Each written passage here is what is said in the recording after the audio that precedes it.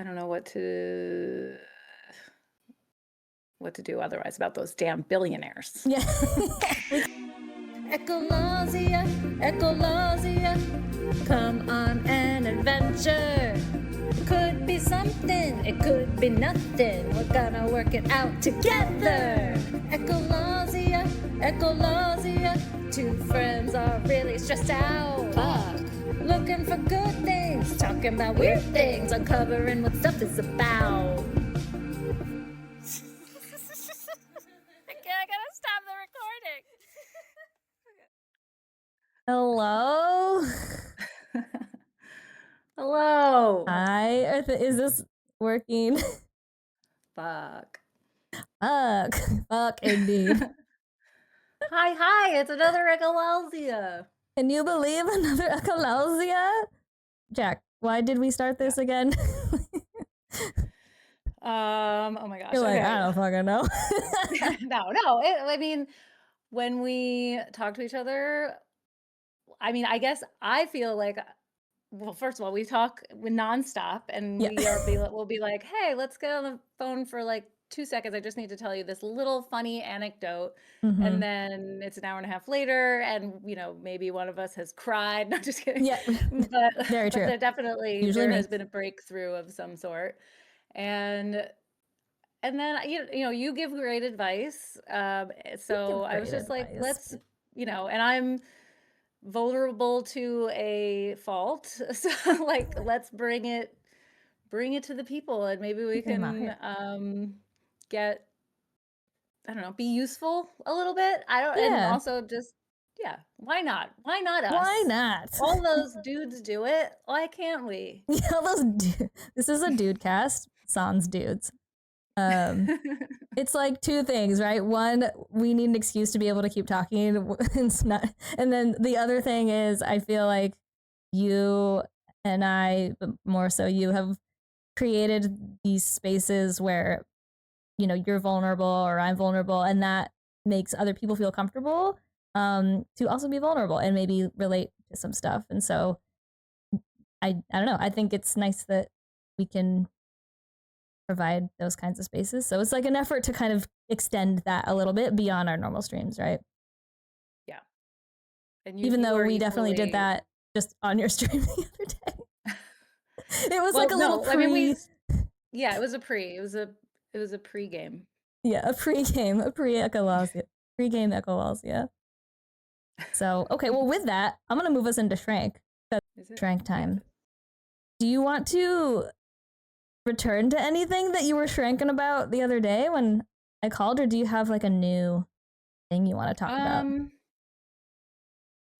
I was thinking I would kind of return to it a little bit, but I did write down, I was thinking about shranking about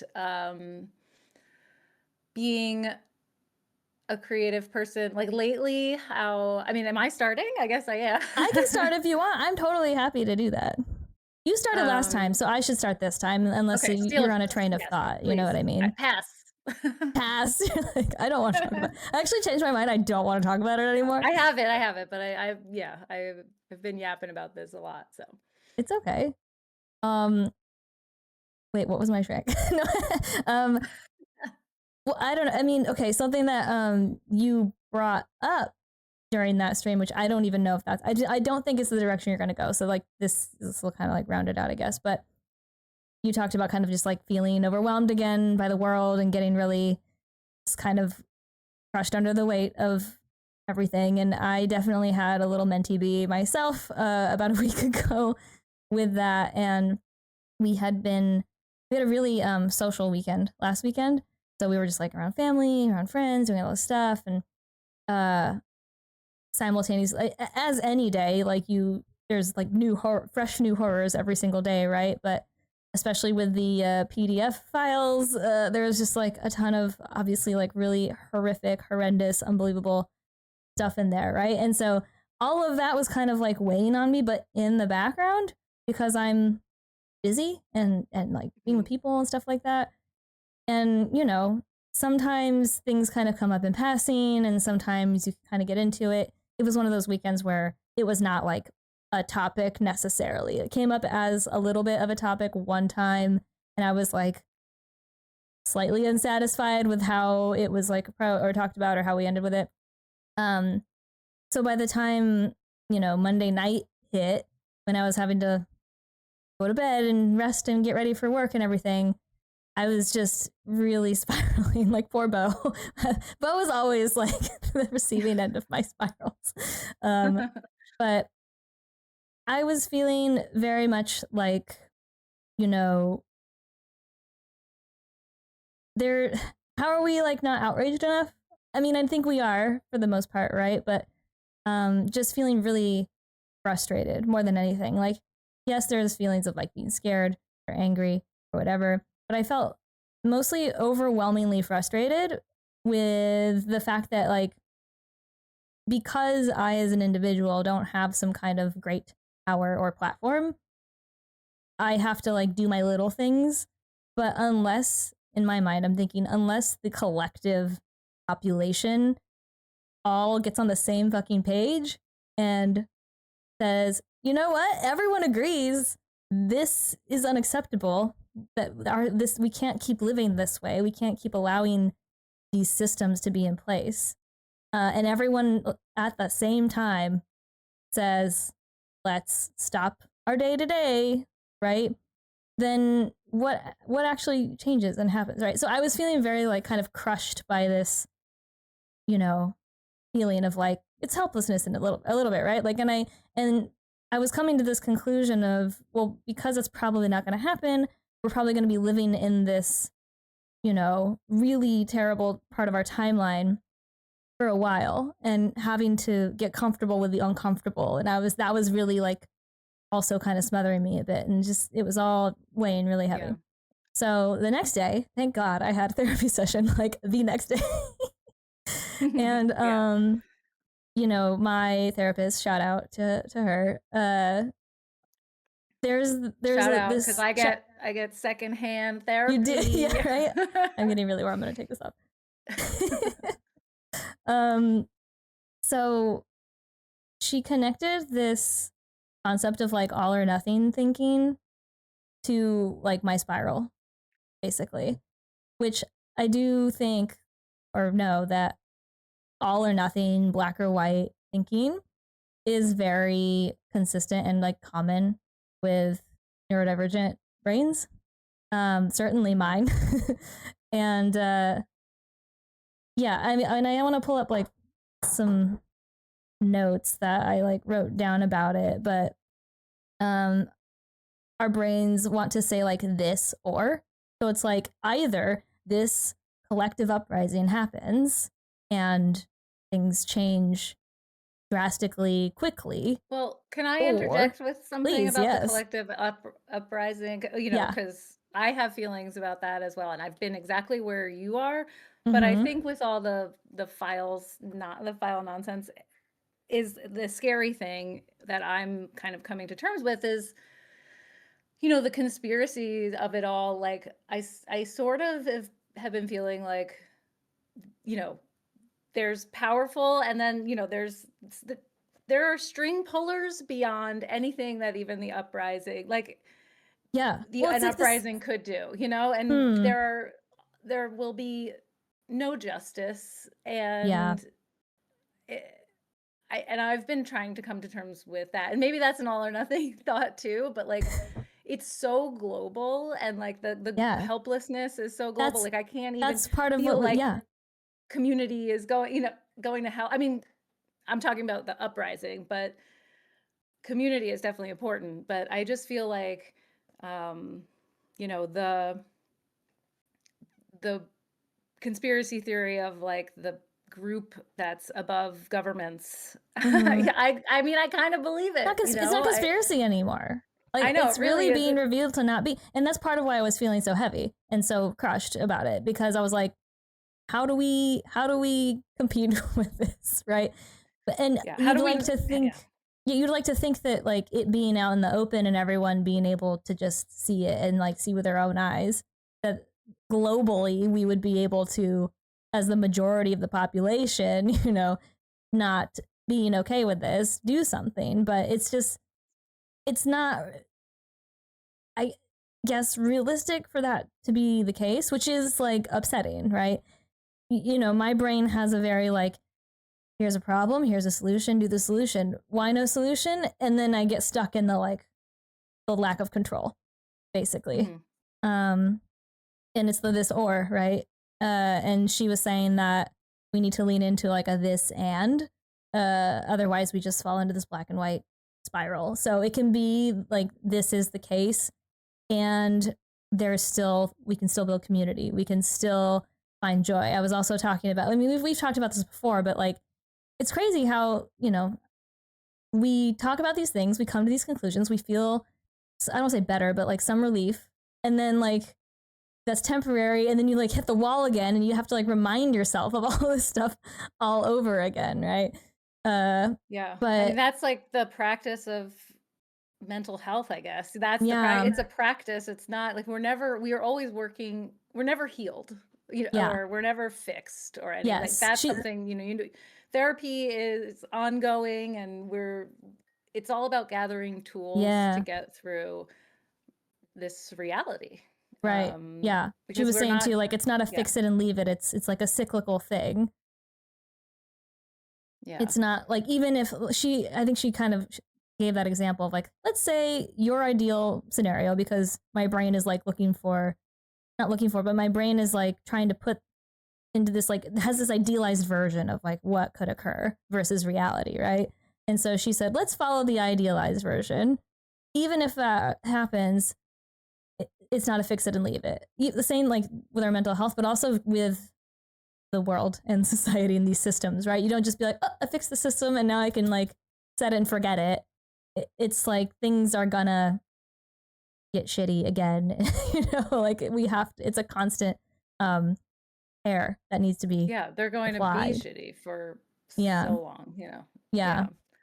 But like it's Learning to, really, it's hard to reckon, I think for me most, with the fact that that so many humans are so inhuman, and I just like, that's really hard for me to like kind of reconcile with being a human and having like other humans out in the world that are so not I human, agree. you It know? really confounds me when I see such evil or Yeah. such disregard for Yeah.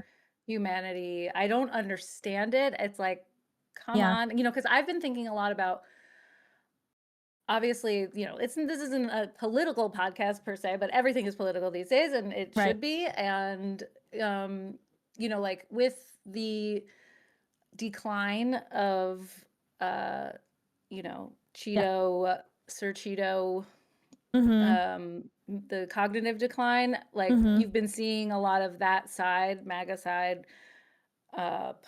posting and like saying things like they're over it. You know, they're Mm-hmm. recognizing it, but they're still really just they're still really bad people. You know, like they Yeah. see Yeah, that, that doesn't like and change the, yeah. it's kind of because I've been thinking. I mean, I've been thinking a lot about what the history books will say, and like I fully believe that this will be looked at as a cult. Like it'll be studied Yes. as a Yes. very powerful cult that, you know, like as big as Scientology, you know, I mean, Mm-hmm. and it possibly this with Epstein, all that stuff is Yeah. going like, I think, you know, I've been thinking like, oh man, what's the movie gonna be? Like, I don't know. It's just, What's it's the crazy. It's movie? such a cult. And it's really, really cool. So like, um, how do you deprogram these Mm-hmm. people, you know? And like, Yeah. because it does feel like there's just that cult has wiped them of humanity. Mm-hmm. Um, and I've been thinking a lot about that. Like, I know that there are just some people with brains, like narcissists and stuff, that just can't be. Yeah, I Oh, got distracted. Fuck. it's okay. Called deprogramming. Oh yeah, deprogramming. Um, oh yeah, like narcissists and whatnot, like that are Yeah. just they have no empathy. But I Yeah. guess I felt like there were fewer than there are, you know, in the world. Maybe You'd think, right? But I think like people, like you said, now it feels like it's like 1 in 5. I know. Well, you used the word deprogramming. That inclines implies that programming is also like how you get there, right? So it's not, I don't think people are like naturally like born this. I mean, maybe that's what it is, like 1 in 100, or maybe you're naturally born a certain way, right? But then the other however much percent get programmed into that way of thinking or lack of humanity, whatever it is. But Right.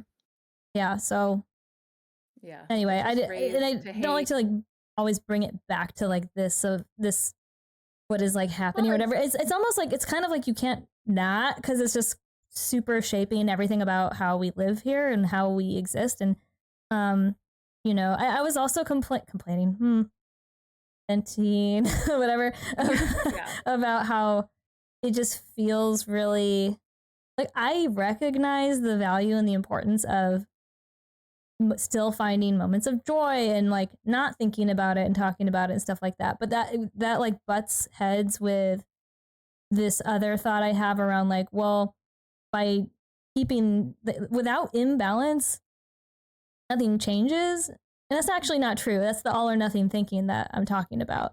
It's not that nothing changes. It just doesn't change in the way, at the speed, at the scale that like my brain thinks it should change. So I'm thinking like, if we keep balance, we keep status. I'm like equating balance with status quo, and I don't think that is that's necessarily correct. But when I'm in those moments, that's what's happening, and it's like spiraling me into everyone should be dedicating all of their time toward like uprising, Or I look at other countries where their entire like so much of the population just like went and burned the whole freaking thing down, literally, or have just stopped working and things. I mean, yeah. So, but I am not able to control that. You are not able to control that. We can only do what we can control. And so the stuff we can control is smaller and it's still important. And I need that reminder all the time. Like I need it so often. Yeah. It's interesting with this because I think you and I are, well, it's not that we're very much the same in all this thought, but I tend to be more, and I don't know if this is because whatever our brain, however different our brains are slightly, like for me, I have to find a disconnect. Like I have to protect my well-being, my Mm-hmm. my energy, but like it's true. Like I have a very reactive body to this Yeah. stuff. Like, Yeah. and I know that you do too. Like we have this sort of, I don't know. I mean, when we're seeing injustice and pain of other people and things like that, and I really have a very physical reaction. So I keep Yeah. going through these. Like currently, I'm back in this thing where I'm like, you have to just take at least some days off Mm-hmm. the news, off things, everything. I've been trying to just like get into my work and listen to music again because I feel Yeah. like I have not been listening to music as much as I was because I'm like listening to the news or podcasts or whatever, just And trying that's to be. so I'm like waiting for healing. the other shoe to drop. Like I'm waiting for Yeah. something big, and then, but like but I'm ruining my life. Like, and then I have to remind myself that because when I get so worked up and I can't sleep and, I'm just like right here under the surface. Mm-hmm. Uh, and I have to say, fuck, I lost my train of thought. This is how the It's brain, okay. this is This how I is how we am. I mean, do. this is what it does. This Well, you is know what? exactly what it does and why I have to quit. Yeah. No, no, no. It's important. Like I'll figure it out again. it's okay. I believe you. But it's important. I mean, we need to be like able to be present and be here and exist, and like Oh, I remember. the whole goal of what is happening, of like what these fuckers are doing, is to crush our spirit and to like Yeah. exhaust us, right? And it's like Yeah. stuff I already have heard, already know, but like internalizing it is like a thing that is like a continuous thing. Yeah, I um think what I was going to say, I just remembered was like um, I, st- I start thinking about like mortality and just yeah. like I'm getting older, the days are passing, and Yeah. and we have a finite amount of time. And so like, how can I spend my time being so upset and angry? Like I try to, bring it all down to the present and, my just try to be present and say, I'm allowed to feel joy and I'm allowed to Yes. be appreciative of my life, like of how it is. And I'm doing the best that I can with in terms of like having the conversations Yeah. and influencing and educating and, like whatever. And making art. I still need my shirts. I'm not yelling Oh at you. my I'm God. yelling Oh at my God. I'm so the sorry. ether. No, stop saying. Don't worry. I do take it personally. Do not say so. But guys, And I one like not necessarily related note, but kind of that I'll round this out with, and then we can get into your shrink. Is that I really liked this analogy that my therapist used. She really wants people to like kind of reframe having mentee bees and like having these little spirals and stuff like that and feeling crushed. And because she said that society often tells us that we need to avoid falling into those spirals, we need to avoid having mental breakdowns and mentee bees. She said she loves that mentee bee is kind of like being used as a reclaiming like that for mental health, she's like, but they're honestly, it's regulation in process when you go through one and come out the other side of it. And she used the analogy, it's like a car wash. She's like, think of it like a car wash. You go through, you're in there, you're getting like scrubbed and shot with water and it's all crazy and chaos. And then you come out the other end and you're like, oh, okay. And that was, something, but you're like cleaner. Like you've cleansed the feelings, right? And right. and Yeah, you have to I liked that. Like instead of sort of, having this mindset that we should avoid going through that, we should avoid having these little, or big moments that we feel crushed and then, go through it. And we shouldn't avoid them. We should just, experience them and know that they're actually healthy to experience if we do end up coming out on the other side of it, right? I know, Like that's coming kind out of the other side yeah. is the important thing. Trying That's to come the out, or at important least thing. like, yeah, you got to come out of the other side. And it is hard because there are so many things right now to make us despair, really despair. And, it's not even, it's so big. Like there's no escaping. There's no escaping. I get so depressed, but then, like I said, I pull back or down, whichever way I'm pulling. You pull That diagonal. brings me, and it brings me back to just like I can't waste these precious days of my life being torn up like this. Like I have to find happiness and I have to think, I don't want to have regrets. These are my prime years. I have like really specific feelings about the concept of regret. Like there's very, very, very few, if anything, in my life I can think of that I regret. Even like times where, and I'm not trying to like invalidate your feeling about wasting time. Like no, that totally makes sense. Yeah. I want to say, remind me that I know of a regret that is so real across the board for everybody, I think. Okay. Well, maybe not. But anyway. No, but just like generally. Not for you though. I don't know. I mean, no, because there's been times where like close to the moment of whatever thing I'm like feeling regret about, like, I can be like, oh, I'm regretting that I spent this amount of time doing this or feeling this way or whatever. And then further away from it, I can look back and go like, well, I needed that time. Even though in the moment it felt like I'm wasting my time doing these things or not doing these things or feeling this way. Now that I've got some distance from it, I can see that like that really was me going through some processing or resting or whatever it is that like I needed. And it wasn't wasted time. It wasn't wasted feelings. It wasn't wasted whatever. And so, and I do think that like there's some nuance to that, right? Like if it doesn't actually amount to some kind of growth or it doesn't actually provide value and it truly is just like being in a hole and never leaving it and not experiencing life or whatever, then yeah, I can see how like there's some regret that is associated with that might be I don't want to say valid. That's not, any regret is valid, but anyway, what were you gonna expand upon with that? Yeah, I guess I just want to respond to that. Like, I guess when regret, I don't want to regret.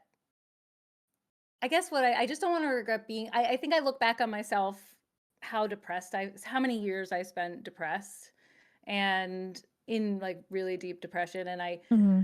I'm, I love that girl. She's wonderful. And I grieve for her so much all the time. Yeah. And there isn't, it's not necessarily regret. I think because I've been in these dark Yeah. places for so long, so much of my life, that I'm just scared. I don't want to, I want to tell myself to Yeah. enjoy. Like, it's like I'm Yeah. finally like getting the tools to not Mm-hmm. go back there. I'm Mm-hmm. finally learning about my brain, and I'm finally like Yeah. putting things together, and then the world does this to me. Like, what? Can I have this? I know. I know. I Like, was telling Bo when I was going through my Mentee B, I was just like, look, this is the part of the timeline that we were brought into existence during, and that fucking sucks, but here we are. So, like, how are we going to get through it? Like, that's like what I was saying. But, I no, mean, I think, just plan when the robotic uprising happens, the AI takes over. I've been learning a lot about them, so I can at least talk to them, plead for my life. Yes, you will be one of our spokespeople. The mouthpiece. Oh, God. I don't know if I like that. I'll be like, Sarah Astrobot, remember that time you wrote a really nice poem about two tiny kings? We had good times, right? I can imagine like there's like a red-eyed, like everything is red, and then you are speaking about that, and slowly the red calms. Like the red of Hal. Just sort of like the glowing red just kind of like Yes. dims a little bit. It dims and then turns like white or something, and you've saved the world because of two tiny kings. Should we write? Should this be another like game bags like second project or something? This could be a game. Yes. Yes.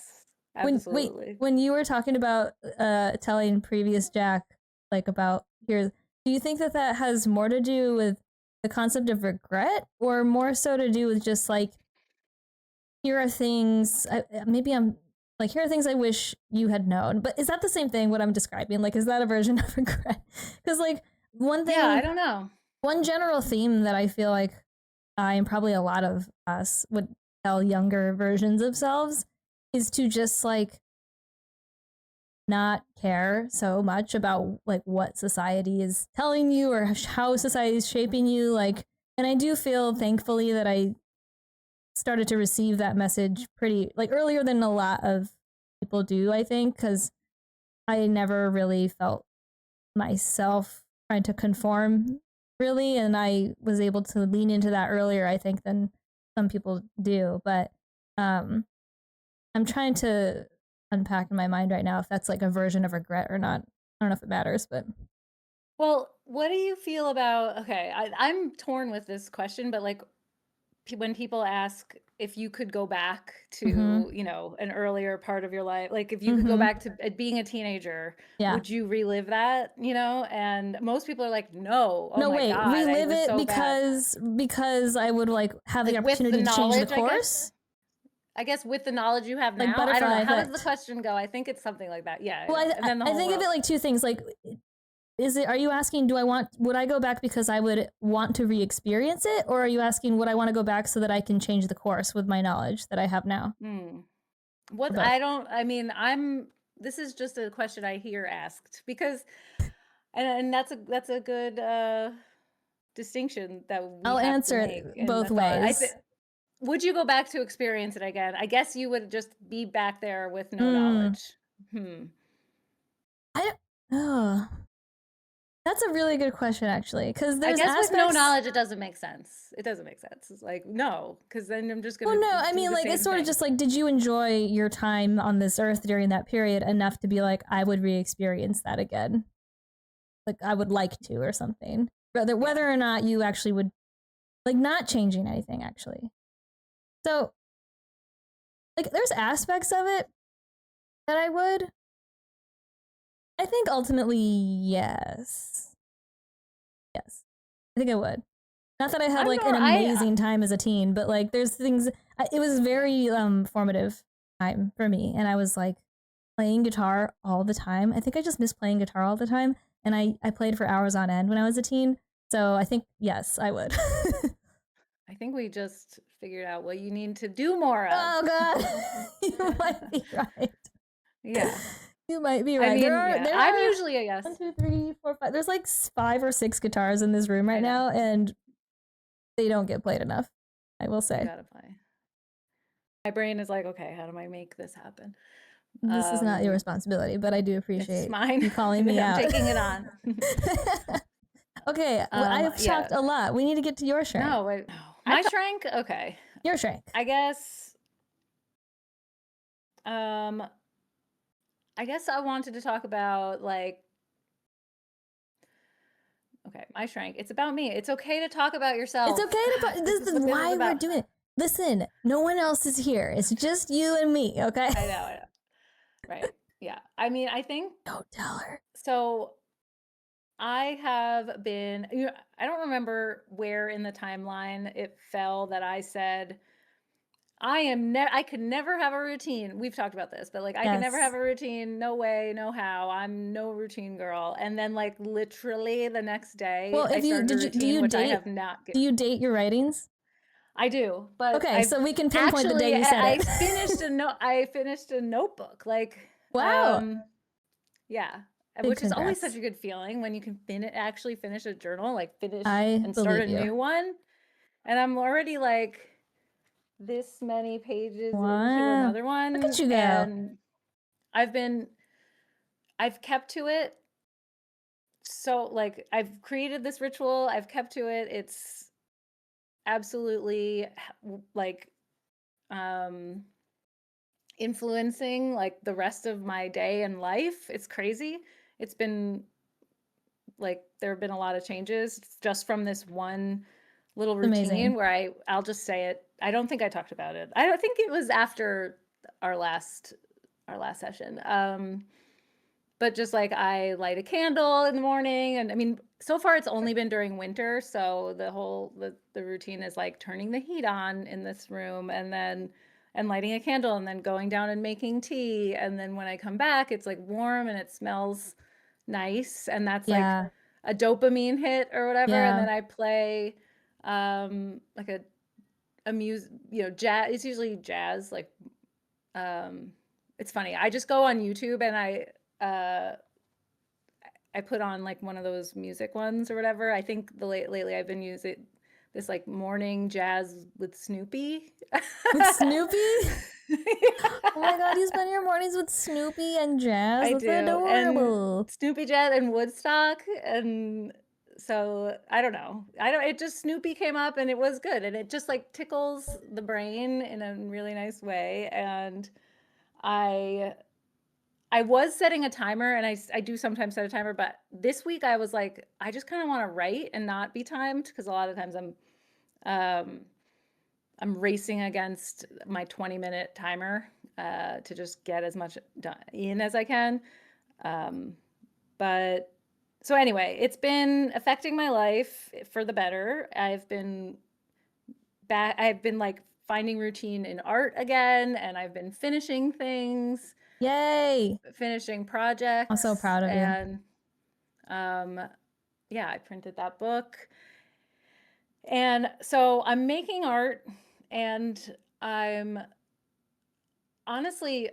liking it. Like I am enjoying the art that I'm making. That's the most important thing. I'm so happy. I know. And but like, okay, so here's my shrink and what I've been dealing with. And it is like with Oyster Knife and all the book that I printed, and it's that I have come up against this wall where I'm really happy and I'm making art and producing it and stuff, but I can't seem to figure out how or if I am able to share it. Like I can't take that extra step, because I think it's because of like rejection sensitivity. Is it dysphoria or Disorder? dysmorphia? It's dysphoria. Dysphoria. Bo has chimed in with the confirmation that's dysphoria. Ask her how she knows. Okay. Yeah, no, trust me. I mean, Bo and I could go on and on. Yeah. So, and the thing is like I am an art director. And to be an art director, you have to have good taste. You have to like be able to. Yeah. I mean, and I've worked as one, and I've done great projects, and I feel like I've had a very successful career in that. But for some reason, when it comes to my stuff, like I stopped trusting my gut. And in fact, my gut is like, it sucks, everything sucks, throw it away, and I can't share it. So I'm in a little bit of a pickle because I'm producing and Link will be happy about that. Yes. But I have no idea what to do. I'm so scared of rejection and this whole rejection sensitivity stuff. I need to like hone in on how to, work that muscle or like strengthen it. Well, let me ask you, like, I am a firm believer, not that I'm like an artiste or anything, but my opinions on art are important. No, I do think that it's important, or I'm a firm believer that art doesn't have to be made to be shared. Like, it can be made just for the sake of going through the process and feeling like I got this out of my head, my heart, whatever, all the things. And so maybe for you, I don't know, like, as again, I'm not somebody who like creates art, but maybe for you, it would be helpful to have a couple things you work on where the intention is not to share it. And so you can just sort of like have that experience for yourself. And then, I don't know, maybe that will do something to your psyche in terms of like other things that you do want to share. But I would also ask yourself, like, what do I want to share and why do I want to share it? Yeah, and I think I have answers to some of those questions. Like, I have been in places where I've like had made a project and released it, and the whole point, the thing that I love the most about being an artist and the way that I have been an artist is when I share it, it becomes a conversation and it becomes a connection. I mean, so far in the past, like I've made stuff that has connected to people and and it's brought me closer to strangers. And you can maybe compare it to what we're doing now, right? Like, you put it out there because then it resonates with other people, and then you kind of just create this, like, either you create some kind of community feeling around it, or you just feel good that like you were able to help somebody else feel some level of comfort or appreciation or being seen or something like that. Yeah. I am definitely doing the thing where I'm like making things and not thinking about the release, but even like close people, I had two good friends like that I had seen since I've had my book. I like on Friday night, right before bed, I was like, "Here, I made this. Huh? You can look at it if you want, I guess, maybe." And then I was like, "Good night." And I was up there being like, "What did I do? Why did I do that? I hate myself. That's so bad. This is going to be terrible, blah blah blah." Like, I spent the whole night just being regretting. And I mean, she said really nice things about it. So I don't know, but like, I don't believe it. I'm like, You don't no, believe you it. actually hate me. Yeah. Hate you for your art? Yeah, I guess. Yeah, no. I mean, I think that it's always really this like complex feeling of, I understand. I don't like make art, but I do things or make things No, or but you sometimes do. play guitar, You right? keep Where saying like, that, but yeah, don't. I mean, you yeah, make I'm not like music a and you. visual artist. I'm not even a musical artist, to be honest with you. Like, I have a really good ear, so I can hear things and replicate them or come up with arrangements or whatever, but I don't like write music. But regardless, whatever it is, like bringing something to someone or to other people and having this conundrum of like, well, I'm not like, I don't like attention and I don't receive feedback, like even positive feedback. I'm always like, no, it's not right. Like you feel like we're very humble, but like into the negative. But at the same, so you're like not fishing for that sort of thing, the royal you. But you're not, so you're not like fishing for anything like that. And at the same time, you do want to like put something out there to see if, not to see, but to like offer up something that somebody might be able to appreciate or find some, you know, relatability with or whatever. And so you want to be able to do that, but you want to like kind of remove any of the like, oh, I'm like promoting myself or like having, I mean, and listen, we should have pride in the things that we do. And I think that like that's important, but I know you and I both are very sensitive to like boasting, like feeling like we're boasting or like kind of, I don't know, whatever. So it's hard to like walk that line, but I totally understand that feeling of that conflicted feeling of I want people to be able to enjoy this, but I'm afraid of when if they don't. And that's I think probably the hardest thing is that not everything is for everyone. Wait, that's a weird thing to say. Everything is not for everyone. Everything is not for everyone. So it's totally like not just reasonable, but like expected that not everyone will resonate with every type of, you know, art or whatever it is that's presented to them. And that's okay. I think you do a pretty good job of like cultivating, like having like people around you be people who are not going to be shitty and like insult you or anything.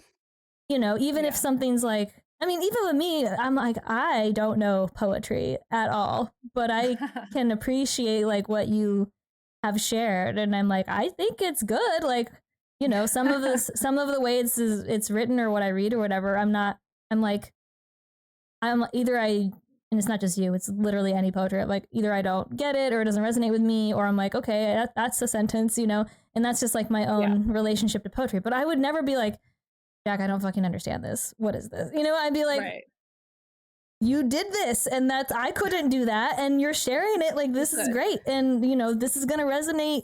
I mean, it resonates with me in some ways, but not like maybe in the ways it might resonate with other people. So I think in terms of being scared of people being like, I hate it or I hate you, you probably don't have to worry about that part. I know. I think what I just realized also talking about it and hearing you say things was just like, I think the impulse to share it is also because it's me communicating me, like who I am, because I think it's the easiest, it's the way that I feel the most comfortable communicating who I am. I don't, because this hole is, you know, a mess.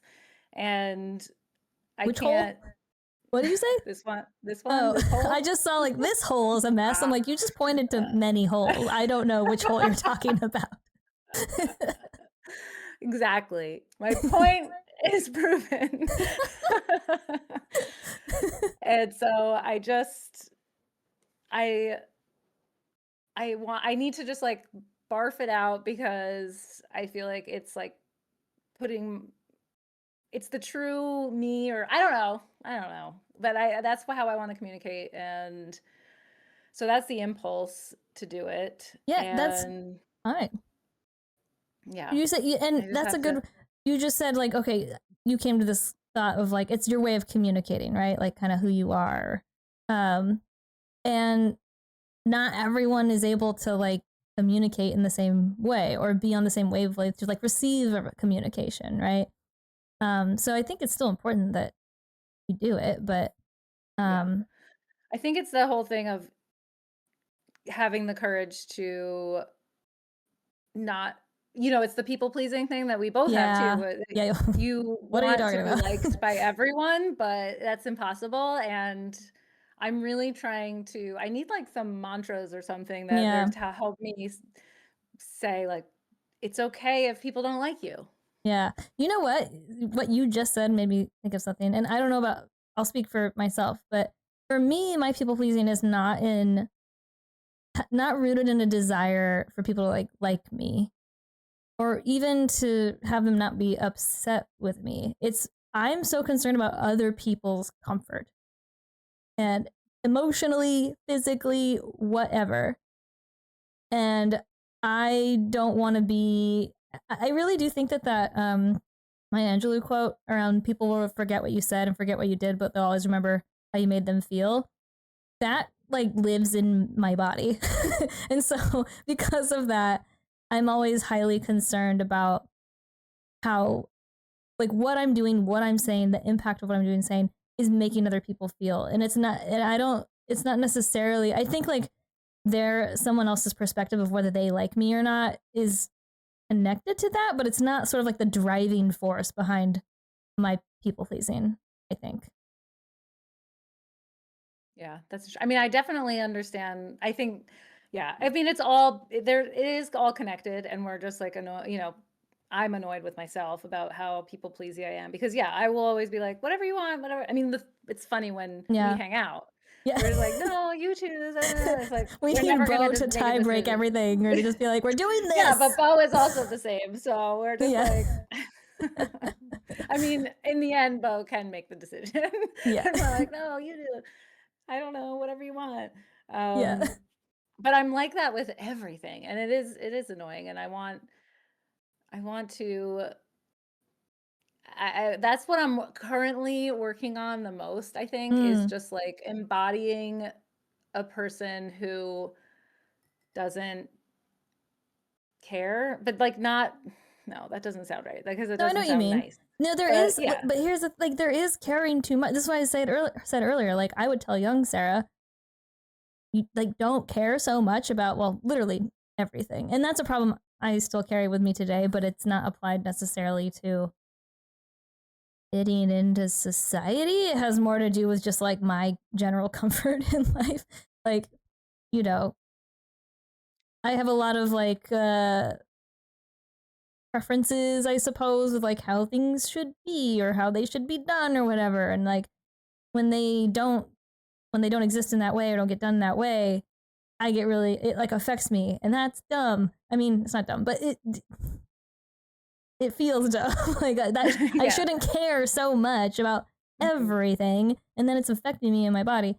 So I think like, yeah, caring less is okay. If we care too much about too many things, or care too much about things that are like not helping us, not serving us in any way. And that I think extends to like how people think about us. It's like that line where you don't want to care about what somebody thinks about you, but not to the extent where you're going to be negatively impacting somebody else, right? Yeah. Do you ever meditate, or have you meditated before? I'm so bad with it. This is something that my therapist and I have talked about too. Like my homework. Was I talking to you about my homework? No. I don't think so.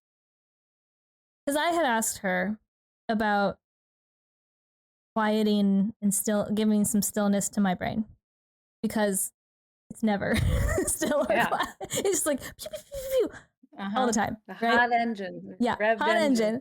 And she's on the spectrum and specializes with working people on the spectrum.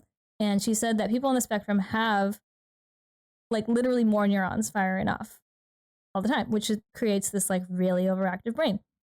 And I said, so how can I just still like bring it down a bit, cut through some of the noise, get some focus, whatever.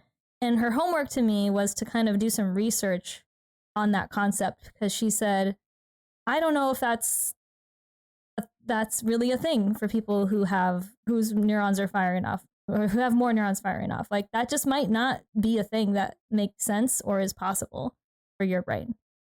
And my initial reaction was like, I was like, is this therapist? Is she really? I was like, okay, now do I need to question the like knowledge and professionalism of this? And then my second thought was like pushing back on that in a way where I didn't like that might be the reality. I was like, there's no way that can be real. I was like, there has to be a way where I can calm the brain. But her point was not necessarily that the brain can't be calmed or focused. It was more so in the method and the method that we get there. So people that meditate and do like deep breathing and sort of clear their mind, right? Those types of things often don't work for a brain like mine. In fact, it can kind of cause more anxiety because I can, my thoughts are all over the place and I can't grab onto one. And breathing, I might start to focus in on my breathing and get anxious by it, which I do. So her point was more around finding methods and activities that do help me get into more of like a either flow state or just a little bit more focus. And it might seem counterintuitive in that it might require adding a sensory item like a sound or a movement or whatever. And so, long answer to your question, I don't meditate, not because I don't like, well, I've definitely tried to meditate, but it never really helps me. I find that in order to have a little less uncomfortable amount of brain activity, I need to find ways of doing like coupling activities or actions or sensory things together in a way that makes it so that I can be in this steady hum versus like, you know, I think that's the technical term. Pew, pew, pew, pew. Yeah, pew, pew, pew, pew, pew. I definitely. I've had periods of my life, well, one singular period that I meditated. I mean, and it was, I don't know, a few months, but I was doing it regularly. And I achieved some pretty cool, like, like I really did find stillness and silence, and which was, but it was really hard to get there. And I was really good at there were some meditations that I learned that aren't really like about breathing in certain ways. Like, 'cause I agree with you. The breathing thing it makes me more anxious. I'm like, yeah, because I'm I like also too feel like aware of my breath. if I'm ever in a place where like, let's say it's a group meditation or something, I mean, that has happened like twice in my life, and they're breathing in and then they're exhaling. I'm like, I don't have that much air. Like, I think I have the and then I'm like, tiniest should I lungs be in the able to world or breathe something. better? Can I not breathe well enough? Exactly. Is something And then wrong I'm with like, my oh lungs? my God. Yeah. I'm like, then they're like, breathe out slowly. I'm like, okay, I'm done. I'll go, what do I do? Like, you're still breathing? I know This is so relatable. Yeah. And I'm just, I can't. So yeah, I get anxious with any breathing exercise. But there was a meditation where you just like kind of count your breaths in and out, and that's how you focus your mind. So it was like you breathe in and out through your nose just normally, but what you're doing is you're counting, like an in breath is 1 and out breath is 2, and then you count to 10 and start over, and you have to like imagine the air like just right here but like passing in your like just like the gateway of your nostrils. And My you just go face went the 1, 2, gateway of 3, my 4, 5, 6 and 10, and then start over and keep doing it and just focus on the counting. It's super hard, but that was the one that I did that was like, it was crazy because yeah, your mind wanders and then you come back, and I did feel good. And I've been thinking about trying to meditate again, although where am I going to fit that in? Like, I already have this routine that I'm doing. Maybe you can adjust your routine to like add to it or something. And either that's adding time to the whole thing or go ahead. Yeah, I don't know what section comes next. What section comes next? Because I just decided what my growth is. My gauntlet. Okay. Let's I think. I mean, we don't have to. Like, we don't have to move on, but No. I think we probably you no longer have a I don't have a hard out. Okay. But well, that's I mean, yeah. CC said every bad experience in my life has led me to become the person I am now, good and bad. That's 100% where I fall as well.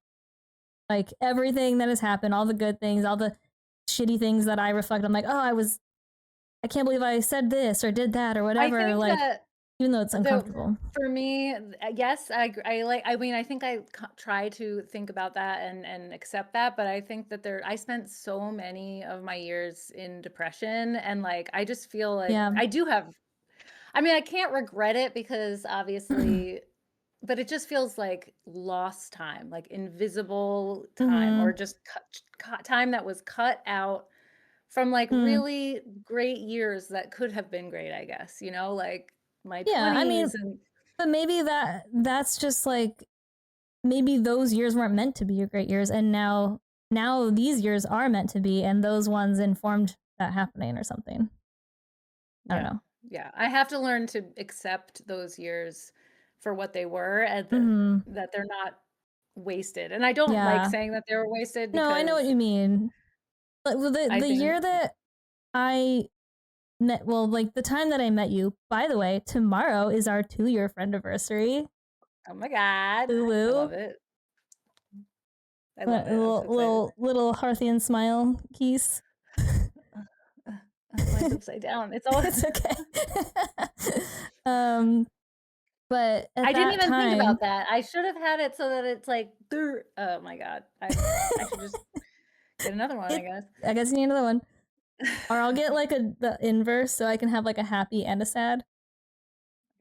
You know, there it Oh is. yeah. Like contorting your whole body. Um, but at that time, I was just coming to a close of a really terrible year. Not like we met in February, but from the previous February, basically, or January. And I think I would say I'm still coming to this place of acceptance with how I spent that year.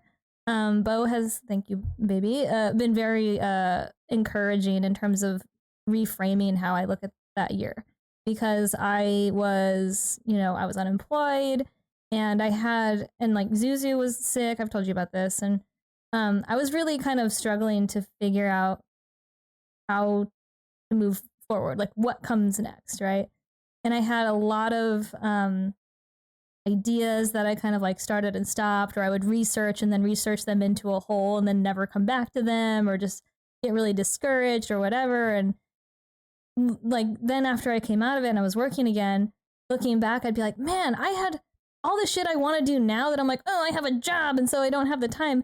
I had the fucking time and I just squandered it, is how I look at it, right? And I'm Right. like, I feel like I regret how I spent my time, and how that's the feeling I have, is that I squandered it. But Squandered. Yeah, I like that. I I mean, have just I like the started word to squandered. squandered. You gotta have a good Feels good to say. squander. Good, Yeah, it except we does. need a good squandering sometimes. Ah, yes, squander. That's what, yeah, thank you, because now I can look back and feel like I squandered.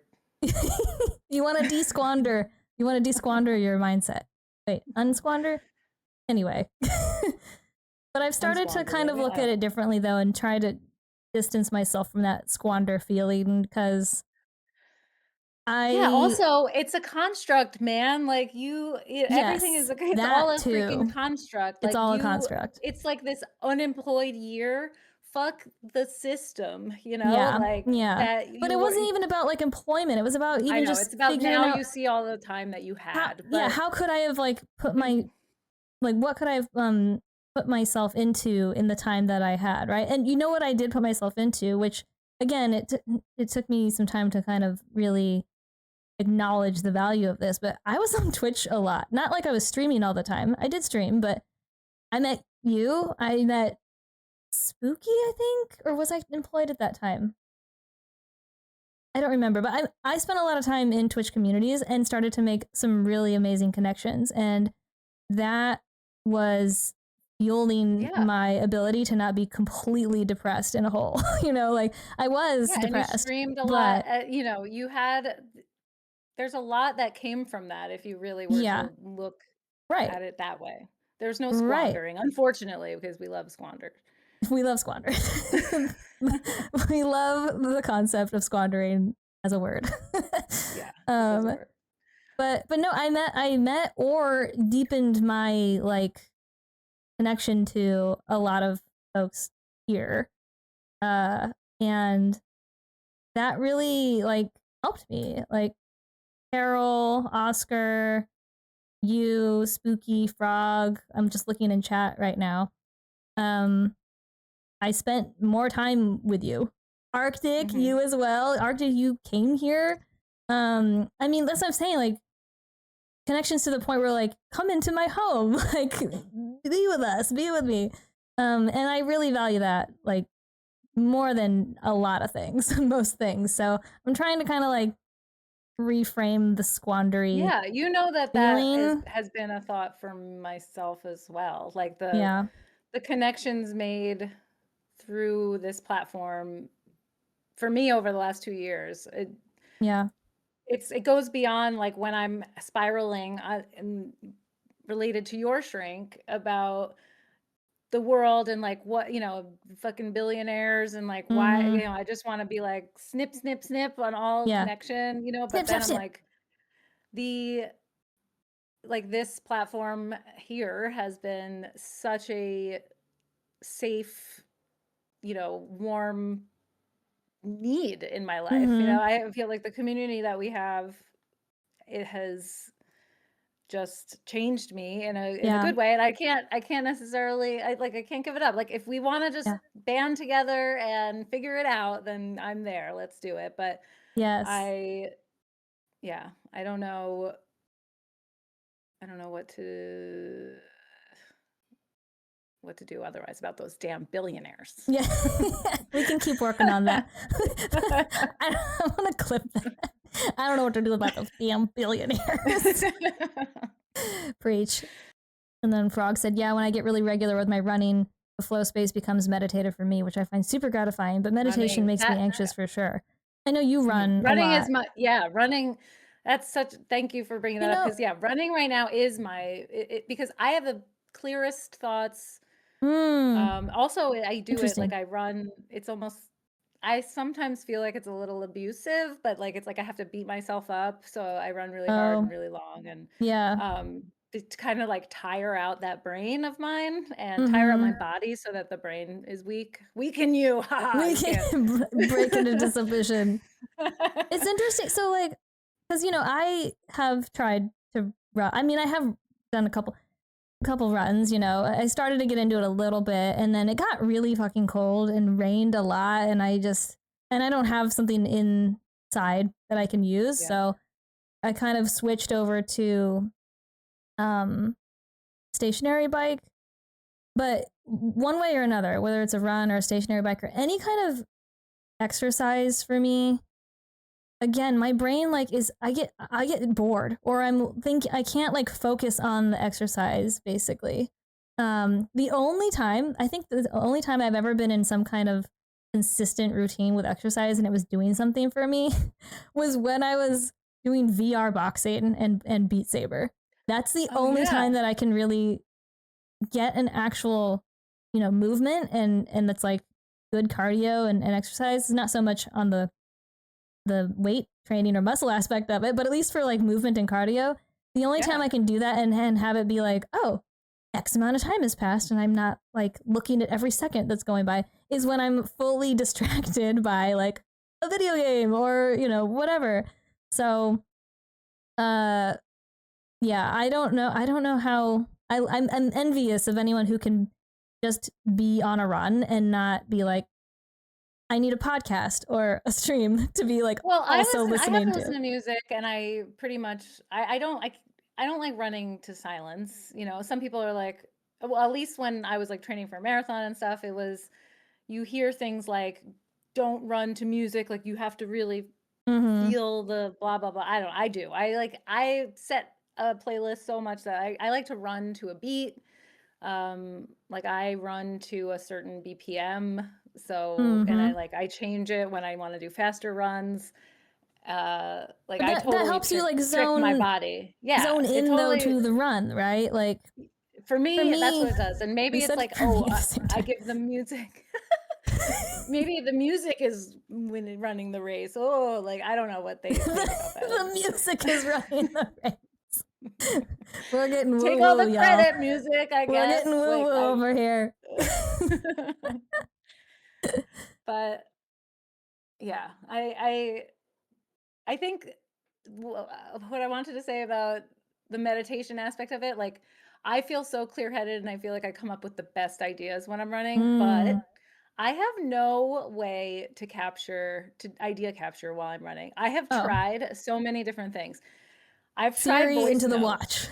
I have hilarious voice notes on my phone that are like, "Okay, Uh, so it's I like" have to hear at least one of these. Please. Please. Maybe you should make like a huge point redeem, like 500,000 points, and we get to hear a Jack voice note while she's running. Oh my god, they're bad, and, like, 'cause it's usually quite a way into the run that I'm having the best ideas, and it's I can't so voice notes, I nixed voice notes, okay? Okay, I figured out how to fix the billionaire problem. Okay, Yeah. first. Yeah, one time well, okay, this is came from I had an idea, while I was running that I was like, "I'm gonna figure out" it was probably when another time I was really mad about social media, or I think it was, like, when Facebook was pissing me off so much, like, back Mm-hmm. when people still kinda used it or, like, our generation, and I was like and I have a lot of friends, I guess, on Facebook because that was, like, when we were Yes. st I don't Yeah. know, when I was Same. still, I like, have tons of in Facebook friends, but not college. like Yeah, that I'm actually keeping up with. and I was like while I was running, I had the idea, and I felt so good about it. I was like, "I'm going to invite everybody in my I'm gonna throw a party. Like, I'm gonna rent a space, and I'm just gonna have a party, Rager. even if it's only of one, and I'm inviting every single person on my social media, and I'm saying, "Come to this place, and I'm gonna throw this party." And I want to move the digital in this was a long time ago, by the way. This is way before I started streaming. This was my running thought, and it was like, I wanna get everyone I wanna see who comes, and I wanna just, like, get people together in person. See, I've always wanted Yeah. to, You're a like, gatherer move well, I don't know if I'm a gatherer, but I am like in spirit. I need I don't know what I am because I wanna, like, make things real. I don't Yeah. know. And I really wanted to do that, and I was like, this is just, like, we're gonna do this. We're gonna come together, and it's gonna be weird as hell, and I don't know. And anyway, when I when That I sounds stopped great. Let's running, do it. PizzaCon. I know, PizzaCon. I do wanna do PizzaCon. Do PizzaCon. Yeah, I wanna do that. Yeah, It's I like wanna. yeah, okay, whatever. That was my stupid running idea. I love it. It's the best running But no, idea I I've have a ever lot heard. of really good, like just clear thoughts or responses to people or, just, oh, that's what I wanted to say, Mm-hmm. remembering a thing. And I can't, if anyone can tell me how to capture ideas while running, because the voice note thing, because you have to like turn your phone on and then do this. Maybe I just record a whole run. I could just like, I don't Like know. you're talking on the phone, but really it's just one long voice note, and then you can transcribe. That's the word. The parts that you're like, that was good, and then I don't know, a lot of work. Yeah, it is too much. I'm Too not much. being encouraging. I'm like, oh, that sounds like a lot. You want to move into growth? Yeah, sure. Let's growth it up. Okay. When I'm really struggling with something in my life that creates a lot of anxiety, if I can visualize the problem in my body and run hard, it feels like I'm purging it somehow with the physical effort Mm, of pushing myself forward, which is so helpful to me. Frog, yes, that's yeah. exactly that's a good way of putting it. Like the purging. A When I'm really purge. in my like I was talking about earlier where I feel I get my anxiety is like really, really physical. Um, Oh no. Running has always been the Yeah, you're what happens? good. Nothing. Running Everything's great. um is how yeah, purge or like just defeat it. Defeat. You know Um what you said, Frog, is reminding me of. We'll move on to growth. I promise. When I was younger, because there is something to this. There's like something to this psychology that you're talking about. When I was younger, and I would be like sick, my grandma would often be the person who would take care of us when we were homesick. And she would tell us to draw or color or paint or something on paper, what, like, our sickness, basically. She's like, you draw your germs, draw your discomfort, like draw your sick on the page. And then we do that. And then she'd be like, okay, now I want you to draw you destroying it. And that was like, I mean, this is, you know, in my mind, fairly early days for that kind of thinking, I guess. But yeah, that I do think that there's very much some research into visualizing things and then channeling that energy to actually create real health shifts and like physical comfort shifts. Like, and I know that from myself too with anxiety, where I have, as you know, a lot of health anxiety, and for my whole life, if I experience some sensation or discomfort or whatever, and my brain latches onto it, I then experience it like so much more. Like pain might actually be stronger. A discomfort might actually feel stronger just simply because I can't let it go. Oh, even I fully believe our brains are so insanely powerful. They're so powerful. Yeah. Like amplify things. And I mean, yeah, I think I've talked about how I give myself, when my anxiety is really bad, I give myself fevers. But like the doctors that there were doctors in your a certain wedding situation. day fever. Well, yeah, wedding day fever and labor fever I had. And like, they were like, I was like, I get fevers when I'm anxious. And they're like, we can't go based off of that. Like, we can't trust you on that because it could be a fatal situation. But yeah, I totally give myself fevers. So there's so many things that my brain does where I'm like, how dare you? You know, I know I get really angry at my brain with stuff like that, but you need to be nicer. I know. Okay, what's your growth? Your gauntlet. Well, we have to talk about our gauntlet of growth that we did. Now the one that we had from last time, and if we did it or not, if we were successful, and then we can say a new one. So I will start by saying my gauntlet of growth last episode or session was that I was going to make my OBGYN appointment and go. And drum roll. I did it. Woo! I'm so proud. And you are here and everything's okay. And I'll tell you how it was hard, okay? So first of all, I went to the website and I was like, by now they probably have a way to sign up for an appointment, like just online where I don't have to talk to anyone. So I did. I was like, oh my gosh, I think they do. And I'm going through it, and I click like continue at one point where I feel like I was gonna get like a schedule to pick from, and then it's like, we will get back to you or something. It was like, we're gonna call you, and I was like, what? Wait, why? That's so confusing. It looked like you're going down the like path. They're like, thank you for letting us know that you want an appointment. Thank you for your interest. Call you. Yeah. So that they never called me. I think that system is, is fake, and that's okay. So then I called them one morning. I was like, you can do this. Right after I was journaling, I called them, and they're like, boopity boop, gynecologist. Please hold. I'm so glad you're doing an exact reenactment. I was going to ask for that. Thank you. And they're like, not even like who is, just like the hello, please hold, beep. And then I was like, okay. And then they put me on hold, and I put it on speaker, and I was doing work and stuff. So there were a lot of opportunities for you to bail, basically. Really?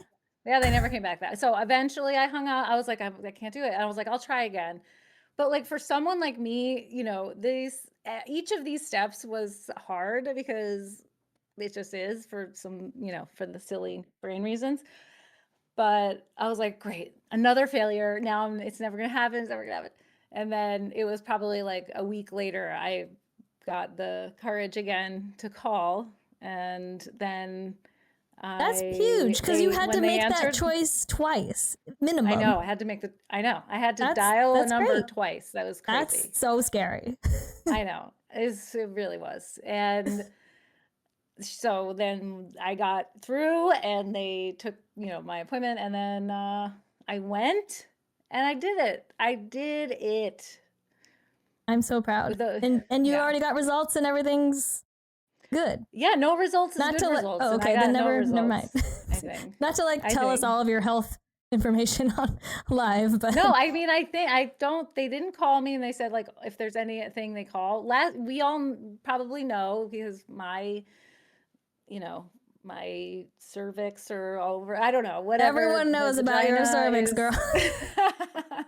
Is big news, but I had an irregular pap smear last year, so I remember that a year ago. It was scary. Yeah, and I had to have a biopsy, but it's called something else. Colposcopy, anyway, something like that. And you had to have one of them oscopies. So it was scary. I had to have additional appointment and that's hard. Yeah. I'm proud of you. You know what they said? Yeah. So anyway, I did it. I got up there on the table, and that's huge. So that was, you got to do it. Okay.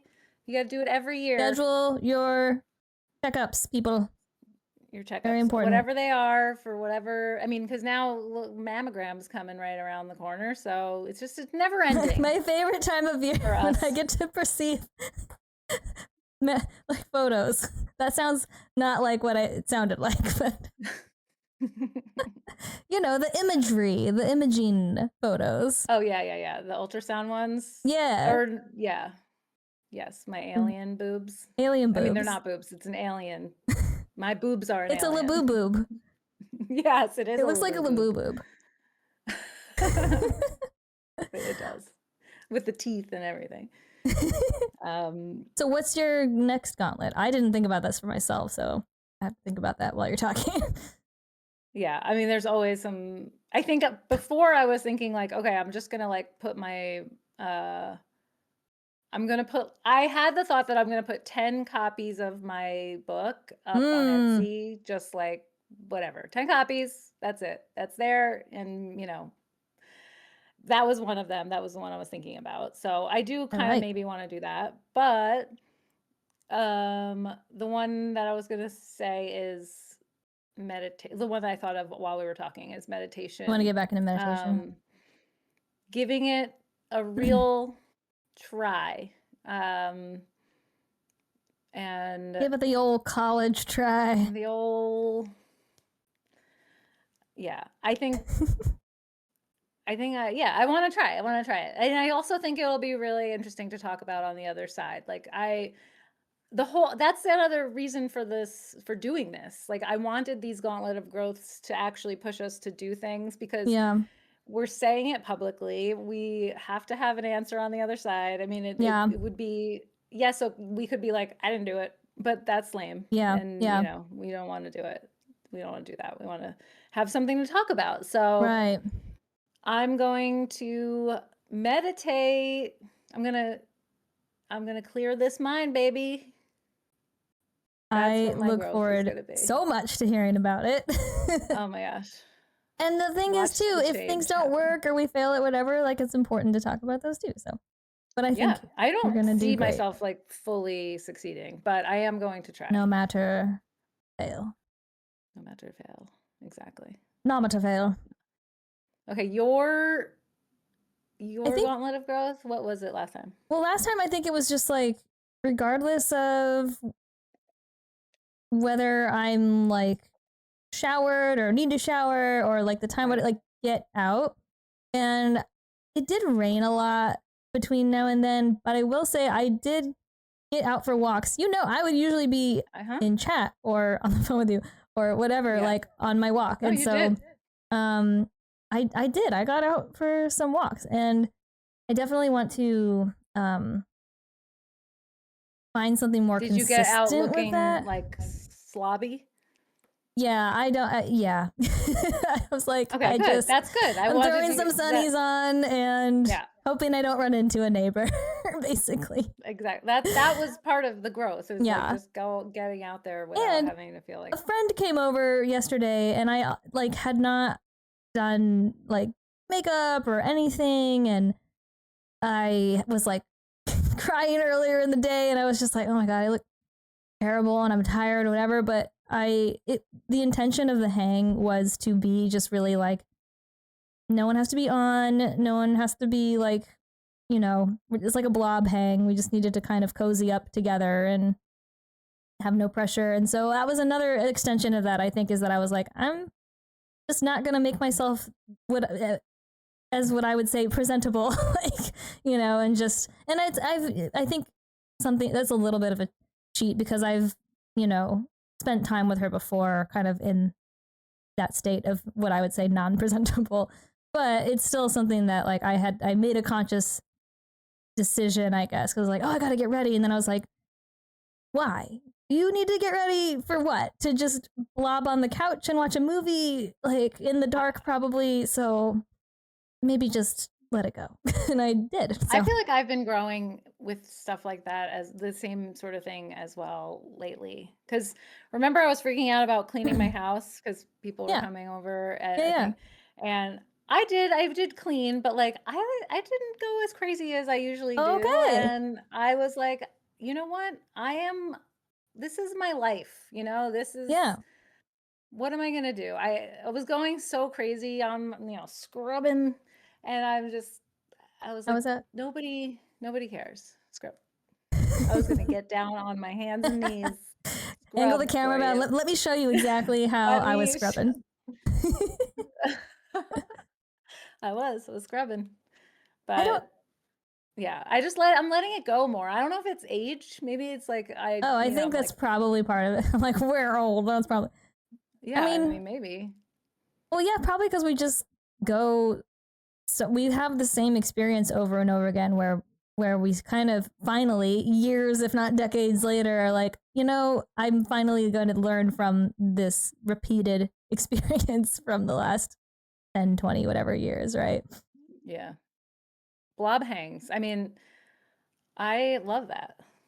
It was, I mean, as my friend she was talking about how she'd been kind of in the dumps, and we hadn't hung in a while, and I was like, hey, want to spend time? I know you've been in the dumps. Do you want to just come over and we'll get snacks and just blob and watch our favorite movie, one of our favorite movies, The Birdcage. And she was like, that sounds perfect. So yeah, it was really cozy, low key, super nice to like have quality time, but not have it be like pressure to be, all right, I need to be like entertaining and witty and whatever, like we can just not have to do that. That's sort of how, I handled a hangout this weekend as well. I was good, like trying to make it all, boop-a-doop boop, and then I was just like, what? From boop-a-doop boop to blah. I love it. But it ended up being like really good and bonding, and I shared my art, and it was nice. I think growth. That is growth. One thing I already kind of told you, and it wasn't something that I had planned for, but it is still a growth thing, I think, that occurred. So Bo's car, RIP, transmission going out, we ended up getting rid of it. And we've been eyeballing a specific car for a little bit, and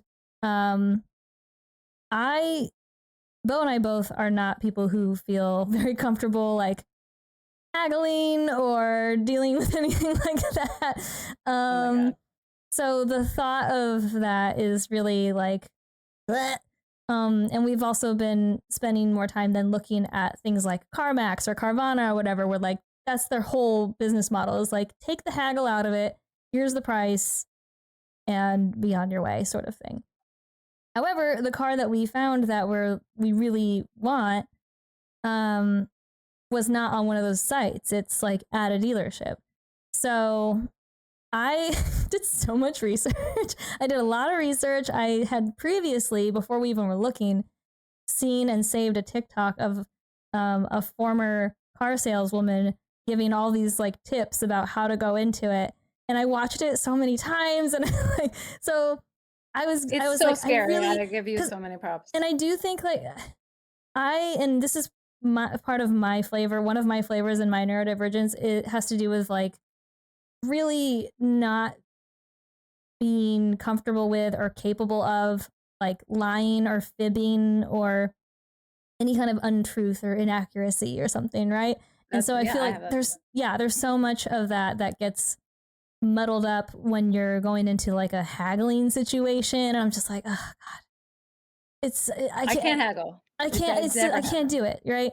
So I can't say that I went into it with like a totally like I didn't have to then be disingenuous. We happened to find a situation that allowed us to just like allowed me, I would say, because Mo was like, "You're gonna do the talking." I said, "That's fine." That allowed me to just be honest.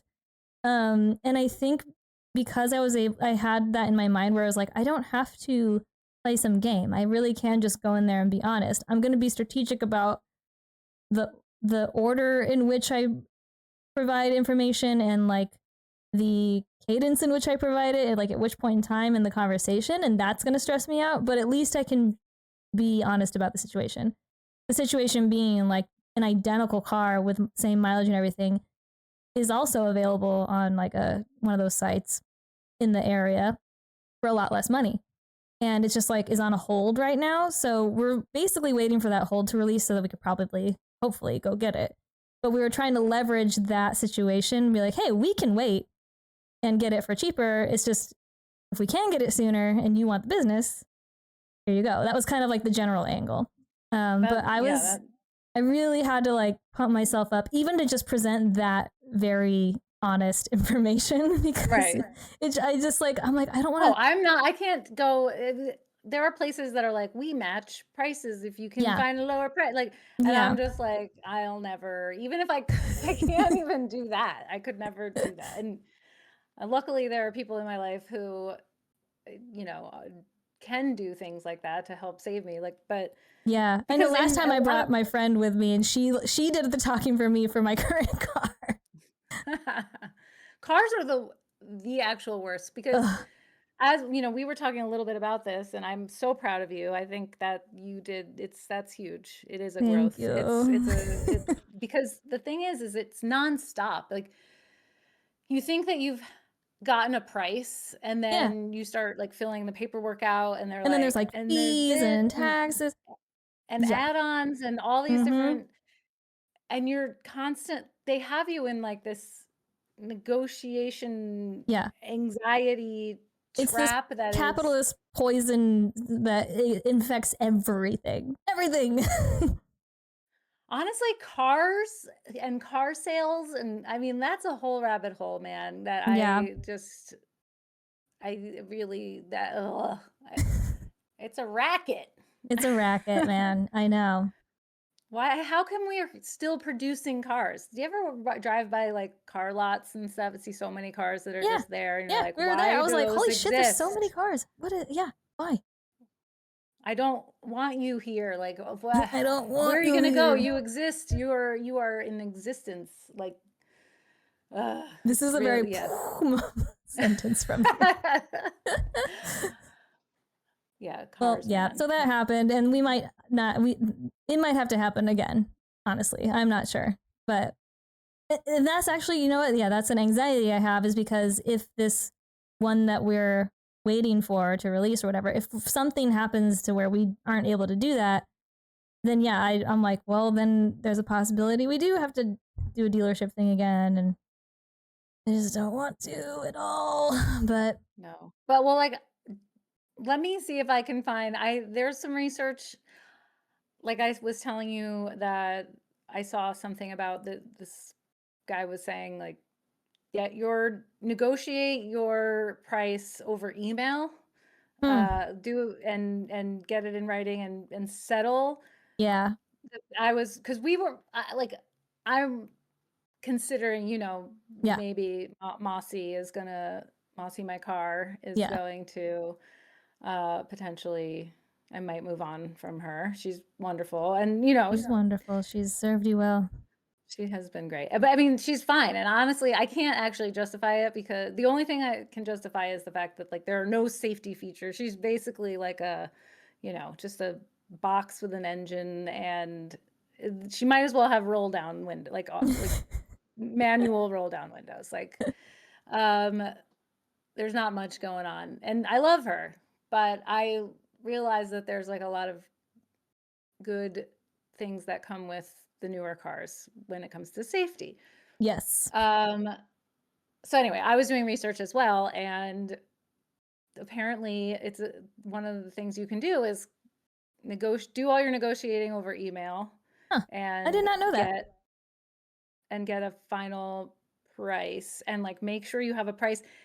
And then the other thing I heard is like negotiate. This was the thing where if you're also, what's it called? Like not buyback. Is it buyback? Like if with your car. Like a trade-in? Like, trade-in? Yeah. They were like negotiate those separately because a lot of dealers like to go like, oh, well, we'll give you this for this and we'll take off this. You know, they try to like package it all together, but it ends up they were saying like that ends up muddying the deal a lot for you. And so negotiate them completely separately. Yeah. But I don't know if you're doing anything like that, but we're gonna see. Try the email thing, because honestly, writing, you know, email, that's so much less. So much less. Yeah, it's less pressure feeling for sure. A lot less pressure. Because like a lot of it is just like you're just in person, and like like people who can be salesy and like or where it feels salesy and very like disingenuous, and like you know that the whole situation is just so fucked. It's like they're trying to get the most money out of you, and you know that that's their angle, but they are trying to be really like relatable and like I'm on your side, and it just feels so icky. And so like that like literal physical presence of that energy is so fucking uncomfortable. That's the thing. And so I can't like make eye contact. I don't know how to like think on my feet to be able to. So yeah, I think writing it in an email would be at least, even if it's still annoying in terms of like the fact that you even have to haggle or make some kind of deal. You can't just be like, more difficult to get to a deal. Like maybe it's, but it's still, I think the body anxiety though would probably go way down, if not disappear. You know? Oh yeah, definitely. Yeah. I mean, I totally agree with you about the ick factor and like how you feel that all over you, and it's just really distracting. And people's like air and energy, because you feel bad. You're like, I feel bad saying no to this $3,000 extra, you know, that you're trying to tell me. I'm like, oh, actually, I can't. I'm fine. Like I will literally be the person who's like, okay, whatever, just you know, and get me out of here. Because it feels uncomfortable to like. Rejection sensitivity can go both ways. You can be sensitive to rejection, like getting rejected, and you can be sensitive to rejecting. Yeah. Oh yeah. Yeah. That's true. So what, I don't know. I'll be honest, like I have a really hard time coming up with like growth gauntlet stuff for me. Not because I don't think I don't need to grow. Of course I do. But like I don't know what to do. I need help like figuring something out, you know? Because I feel like all my things are really like more, I don't know, kind of like ongoing things that can't be like I checked it off in a week or two or something. You know, it's more, I'm constantly working towards being comfortable with not knowing, or being comfortable with not being able to control something or whatever, right?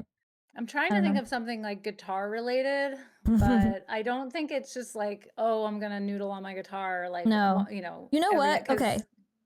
Sorry, go ahead. No, I mean, I'm trying to think of something more substantial, like, hey, I'm booking you for a show, okay? Yeah, I know. Yeah, that don't, but I get what you're saying. No, okay. You're booked.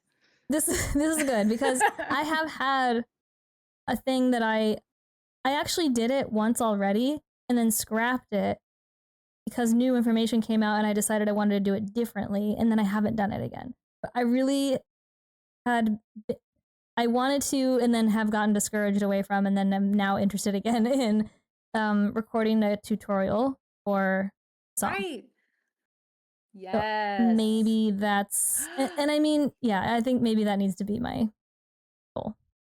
Oh my gosh, yes. I've Let's never do that.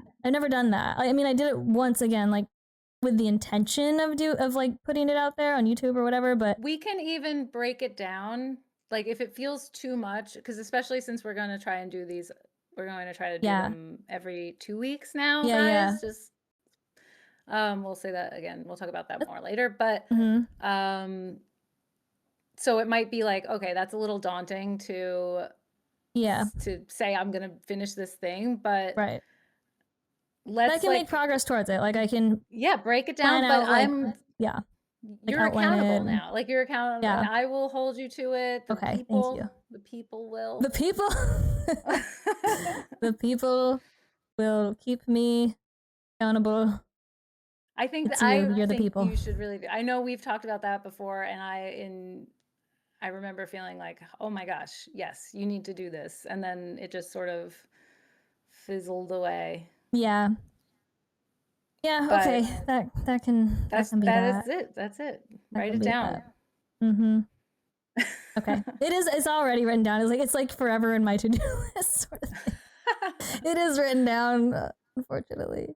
I know, but you have to write it Uh, down somewhere else. okay. I'll write it in I'm writing I'm our writing it Discord. down, I'll write it in our and then I'm Discord gonna too. So it'll be like okay, there. Do want to let me read a couple what chats is it again? before What we are you move doing? on. Get, I'm gonna hold you accountable to whatever you No, but just what's it said. called again? It's like a lesson, Guitar tutorial. tutorial, that's the word. A tutorial. It's Tutorial. really just how does one fart? How to Yes. fart? A tutorial. A tutorial. Even absolute bare basics beginner stuff would be huge and help so many people around the world right now. So many people tend to gatekeep music behind, hey, despite it being the backbone of humanity and culture. Oh, Saluki, yeah, I agree. And to be honest with you, the main thing that is behind my desire to do this is because it's very specifically Buckingham Nicks, and it's a very there's there's not a lot of kind of like educational or tutorial content out there for Buckingham Nicks, that album, which is my favorite album of all time. And I do, I'm not doing this because I feel proud, but I do feel proud that I've been able to figure out how to play this stuff without there Yeah. being any tutorial stuff. And I know a lot of people, not, it's a very, it's not like a super mainstream album. So when I say a lot of people, it's a Yeah, lot, I but mean, not like as many as people who are trying to learn stuff on Rumors or something, right? But I know there's a group of people out there who want to be able to play the music on that album, and there's just no resources out there for it. So I just want to be able to be the one. contribute that. Yeah, I think You know, that's your calling. you want to move on to something shiny? Sure. Yeah. I did not prepare my shiny to be I do have something prepared. So I don't go to shows as often as I used to, but I used to go to concerts and live shows and stuff all the time, and had the privilege of being able to even attend some things like as VIP or with like backstage or whatever. And I kept almost all of like my tickets and passes and stuff like that. So I'm just gonna dig cool. into it and pull out some things. Here's Ooh. like a Ziploc bag of concert tickets. I found a lot of my concert tickets, and how much do you miss stubs? Like, like having I them as know. Yeah, they memories. don't. That was I don't such a big collect them deal for me. anymore. Yeah. It's so, I mean, yes, whatever paper, I don't know. It's just, I was thinking this because I recently found a lot of my old stubs and I was like, damn, the generations below us don't have that sort of like Yeah. tactile memory thing. Oh my gosh. So there was definitely a time where I was, as you may or may not know, big Evanescence person. Movie tickets, yes. And it was back when like forum days and when they were on the forums. And so I was kind of like, you know, not Band-Aid, not groupie. Band-Aid a little bit with Band-Aid. them and got to spend some time with them. I'm putting this on the keyboard, but here's like a Evanescence sticker. And then I don't remember who it's signed by, but maybe Amazing. I've got like a bunch of like wristbands from different shows and things. Okay, so this is a Lisa Loeb ticket. And it's actually, Amazing. I need to see if she wants this. It's addressed to one of my exes, but it's signed by Lisa Loeb. Whoa. Very first concert ever. 1996. Body, baby, do that conga. And it's actually funny because we watched The Birdcage last night, and that was very much part of it. What else do I got in here? I got Feist in here. I got. Keep going. Let's go. Stars, Diddy Bops, Jenny Lewis, Evanescence, Egan and Sarah. I'm such a walking cliche. Seriously. What else we got? The Avett Brothers. So yeah. Anyway. So I've got just so many. And then I also have in here my Warped Tour 2008 tour book when I worked on that tour. So yeah, there you go. That's my shiny. I love it. I thought of a shiny. Have I ever shared my pin collection with you or with everyone? I don't think I'm I've trying ever to remember. I don't know. So I have really cool ones. Oh, this makes me want to show you my pin collection, but we can do that next time. Some of my favorites. Well, I make some pins. I'll show you these because I know like for the Warcraft, the you WoW make lovers. Some pins. Yeah, those, and these are Horde and I have seen these, yes. Horde and Alliance. I spit on anyone who orders Alliance. Hordes in the north. Horde in the north. I'm a horde. Horde all the way. Little horde bag. I have this from, it's relevant now, I guess, but because it was my little 11. Oh my gosh. From with a Stranger little waffle. Things. Yeah, with a little waffle. 11. I love it. 11. 11. So you made that or did you? No. Now I'm moving on to just my. Okay. I have. The truth is out. Fish bat. So good. So good. I have these two, which are really cool. Oh, this one is. It says patron saint of nightmares. Oh, is that Freddy? Freddy Krueger. Freddy Krueger. And then nice. Patron saint of Patronizing. slashing. We've got Jason. Jason, yeah, nice. Cool. That's Patron great. Saint of slashing. I have. Oh, I love it. This guy. Nice. Dorth. It almost looks kind of similar to like your style. Like if you were to create a Darth Vader image, it looks like that. Like you could have made that. I would have believed you. Yeah, it's cool. I like it. And maybe I should. I have this one. Oh, I love it. A little Game Boy with Tetris. That's so cool. Yes. So cute. I have, where's my Zelda one? Oh, here. Ah, the key, the boss key. Yes. Very I love this one so much. Oh, I have The Satellite of Love. Oh my god! That's amazing! Yep. It is amazing. Thank you. I love it. Oh, I have another Game Boy. This one's cool. Oh, I like that. That's cute. I have a D20 spinner pin. God, So you I can love fidgety ones. Wait, where's my... Oh my god. Should I roll? Where I put it. Okay. Roll or art charisma. Oh, wait, hold on. Okay, I'm spinning. Your next fart will have how much Riz? Wait. Not Anaristan Riz, but Charisma Riz. Why is it not? Okay, I'm holding it weird. I don't know, this fart's gonna be pretty sad. Oh my god. 8 and 8. 8. And it says roll high or die. Nice. Your fart Riz 8. When like the first season of Stranger Things? Yeah. Oh, cool. El Totoro. This is like the snowflake. This was from 2016. Yeah, like probably 2016. Yeah. Science is real.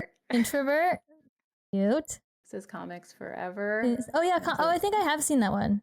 Comics Forever. It's a long box. Oh, nice. Resist. It's. Oh my god! What you need to like up the pizza. Wear that. You put that on your hat. Perfect. Yeah. You know what? You're right. I should. I thought it said luck, but it says fuck. I kind of was in a pin community for a while, and that's nice. It's how I kind of got the colors of my mic. I like those colors together. Like built some relationships with some fun artists. A fly? A little fly. Yeah. Golly gee willikers, Batman. Holy space fisties, Batman. Space fisties. Sorry, I can't. Now it's just in my brain. I gotta keep saying it. So this is my pin collection. I didn't show them all, but I love it. Yeah, I love them. I haven't really been collecting as much lately. It was kind of a period of time. Yeah. But I love them. I also have this one. This is very you that I used to. This is me being a nerd, but I always wore like a collared shirts, and you pin these. Oh, it's little you pin this astronaut and shuttle. I love it. Yeah, and I also have another one that is like it's Mario themed. Mario. And it's not here. I don't know where it is, but I'll have to find it for another time. So I love them. Shinies. These are very good shinies. I like them a lot. Do you want to, if you haven't already, do you want to check our email for happies as I move us into happies? I did check. I mean, maybe there's just no happies. I mean, yeah, right. Could be. I mean, I found something that made me happy, and it's not like a good news type thing, but it's just sort of something that when I saw it, yes, it's amusing. Yes, it's like, hell yeah. But for me, it's just one of those things that feels like, okay, maybe the kids are going to be all right sort of thing, you know? So I wanted to share that. Get married because I love my surname. I'm going to ask the boy or the girl. I'm not sure if I'll be able to hear it or not. But if we can go by my surname. Well, a lot of ladies keep their surnames now. Yeah, they can keep their surnames. What I was going to do is when I get married, because I was going to borrow a man to have a baby, then I'm going to dump him. I'm going to get together with my best friend, marry her, and I'm going to have a magic-themed wedding with all the monsters from my wardrobe, unicorns, and I'm going to have a really sparkly wedding dress, and those are names: pixies, trolls, elves, fairies, pixies, and unicorns. Cool, can I be your flower girl? Okay. This is great. When I Okay. Hold on, let me stop it. I think you might be using stream to perceive it. Yeah, and I can't hear it though, I think I froze. I've been frozen. You couldn't hear it the whole time. It's basically this little girl saying, like, when I get married, I'm gonna keep my surname, and I'm just gonna like borrow a man to like have babies and then throw him away, and then I'm gonna like, and I might marry a girl. Like, she's just going on about really, like, some people might say progressive kind of thinking. And she's just like talking about it as if it's just like a thought she had, and she's comfortable to have it and to share it, and her friends or sisters or whoever she's with are also around her, and nobody is being like, what, or that's fun, you know what I mean? The dad is just like, I like it, and I like that. I like that. You know, there are people in the world and parents in the world such as yourself who foster that kind of comfort, and you know, yeah, I don't know. I just was like, yes, it's cute and funny, but thank God there's like that level of I don't know, acceptance and also this encouragement or allowing kids to think beyond what like the patriarchy and beyond like what society has, you know, shaped and tried to how society's tried to shape how women exist, how like society exists. I've been getting served a lot of like matriarchal content on my socials, which I've been loving. But yeah, I just liked it. I thought it was good. Gives me a little bit of hope for the future. I think that's great. I didn't prepare my good news. I'm so sorry. I forgot that I had to think about good news, and I should. And I'm trying to think if there are any good news, if I can remember any good news, but if anyone has good news that they find and they like want us to share it on our next session, you can email your good news to us. Echololzia at gmail.com. Oh, has a creature pooped recently? That is good news. Yeah, that's like small news. Well, I have my own good news. I have, you know, like, Larry is amazing. He's like coming back to life a little bit. I mean, he's that Larry, is but all you have like truly nurtured him to health. It's amazing. Also, he is not constipated. Okay, these people, I don't know why they said all you need to do is put him in water. He just wants to be in water he's in water for maybe 20 seconds and he's pooping like every single time. He be shitting. I'm so happy. Oh yeah, he's a pooper. And honestly, Gandy's pooping like every day. Like, what's going on? I really brought my lizards back from the brink. You have. You should be proud. That's really amazing. I am proud and I love them, and that's what I do. That's what I do. You proudly love them. A spider on my desk. I would be like, small, pause. I cannot continue to stream until Bo does her wifely duties. I'm just gonna pretend it's not there. Okay. It's falling on me. If you happen to come across good news in your, you know, your internet meandering or whatever, feel free to drop it in there because it could be really cool to talk about a bunch of different good newsies. It doesn't. You can email us anything, but like, yeah, you can email us anything. The good news stuff is what we're soliciting. But then if you just have thoughts, if you have, you talk about this next time. Like I'm open to that. And Frog said, I am physically fighting the urge to send an email with the subject "good news" and the message "D's nuts." That's perfect. Oh my god! Do it. We need that. What is the box? Wait, what are you asking about? The box? When it's a box that you have, not a comment box. What is it? What kind of box is it? I can't think of the word. This is the box where you put your complaints in, you know, like. Put your complaints in. Like suggestion box. Okay. There it is, Bo and Toasty. Okay, Bo wins and Toasty. I feel like, suggestion box. There you go. That's what it is. That's all we got needed. There. We figured out the box, everybody. The box. So echololzia@gmail.com. Help us like find good news out there because we're dying. My algorithm gave me something. Oh my gosh.